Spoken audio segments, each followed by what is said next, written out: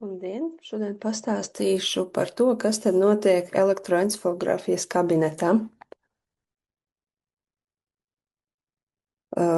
Šeit attēlos var redzēt, kā tad izskatās elektroencefalogrāfijas kabineti, kas pēc iekārtojuma ir samērā līdzīgi. Ir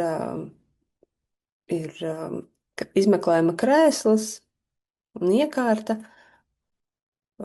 Šeit var redzēt arī pašus elektrodus un iekārtas, pašu iekārtu. Un parasti ir jautājums, vai vadu krāsai ir nozīme.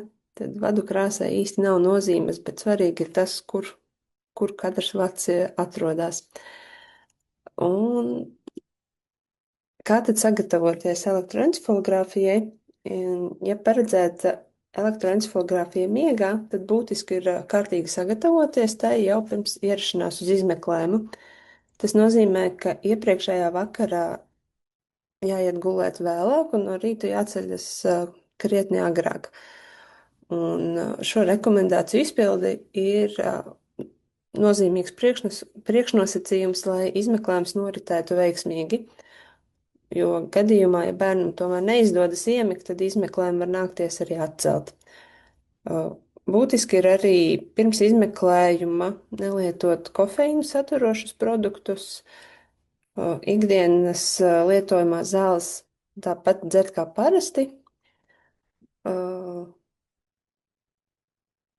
kā arī matiem jābūt tīriem un sausiem, un tajos nevajadzētu būt kādiem līdzekļiem kā laka, želeja, vasks, kondicionieri, jo tas nav tāpēc, ka ēgā māsai vai ārsta palīgam tas nepatīk, bet tīri tāpēc, lai nodrošinātu kvalitatīvu kontaktu elektrodam ar galvas ādu. Līdzi jāņem mitrās salvetes vai dvielītis, lai pēc izmeklējuma iztīrītu gēlu un pastu no matiem, jo gēls ir diezgan lipīgs. Un, lai ikdienas gaitās varētu turpināt iet, tad tas būtu nepieciešams. Bērnam arī jāierodas ir paēdušam labā noskaņojumā, jo nav nepieciešams, tā kā izmeklējumam netiek izmantota narkoze, tad viņš drīkst ēst un dzert visu kā ierasts, lai bērns nebūtu, kā teikt, izbadējies. Pacientam, kas kārtīgi sagatavojies, izdodas bieži vien aizmigt pašam, tomēr reizēm nepieciešami medikamenti, lai palīdzētu iemigt. Izmantotie medikamenti ir melatonīns un deksmedetomidīns vai chlorālhidrāts. Melatonīns un chlorālhidrāts tiek paredzēts iekšķīgai lietošanai sīrupa veidā, bet deksmedetomidīns tiek iesmidzināts degunā arī pirms izmeklējuma. Un būtiski būtu, ja bērnam ir kāda medikamenta nepanesība, brīdināt par to personālu ierodoties, kā arī, ja ir bijusi kāda iepriekšējo pieredze veicot izmeklējumu, tad būtiski būtu speciālistam jau pateikt, kādi gājas iepriekšējās reizēs, lai tas varētu veicināt labāku sadarbību. Un kā tad notiek izmeklējums? Procedūras laikā pacientam uz galvas saliek elektrodus, zem kuriem ir uzlikta pasta, lai uzlabotu kontaktu elektrodiem ar ādu. Un nomoda EEG laikā pacientam jāsēž vai jāguļ mierīgi ar aizvērtām acīm, nekustinot galvu, nesarunājoties un nesmejoties. Var tikt veiktas dažādas aktivācijas proves, kas noteikti epilepsijas sindroma gadījumā var izprovocēt epileptiskās izlaides vai pat lēkmi.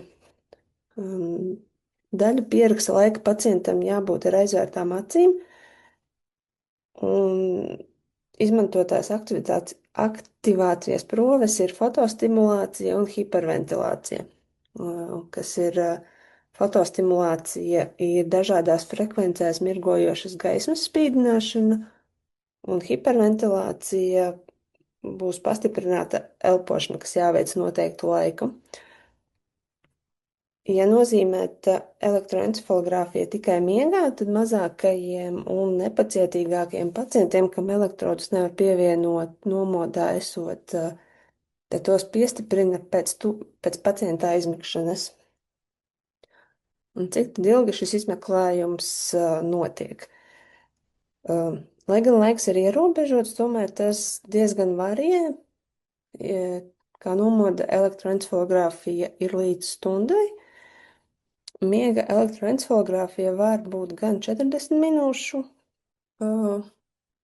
izmeklējums, gan līdz pat pusotrai stundai. Un viss ir atkarīgs no tā, cik pacients ātri iemieg.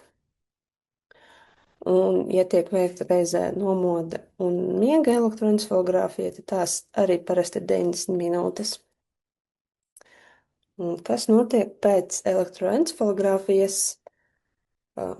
Pacients tiek pamodināts, noņemti sensori, un pēc izmeklējuma pacients var turpināt savas ikdienas aktivitātes, tikai jāņem vērā, ka gan medikamentu ietekmē, gan arī medikamentu ietekmē viņš var būt miegains un iespējams nevarēs tik aktīvi piedalīties, piemēram, kādās sporta nodarbībās, bet pacients to var droši darīt.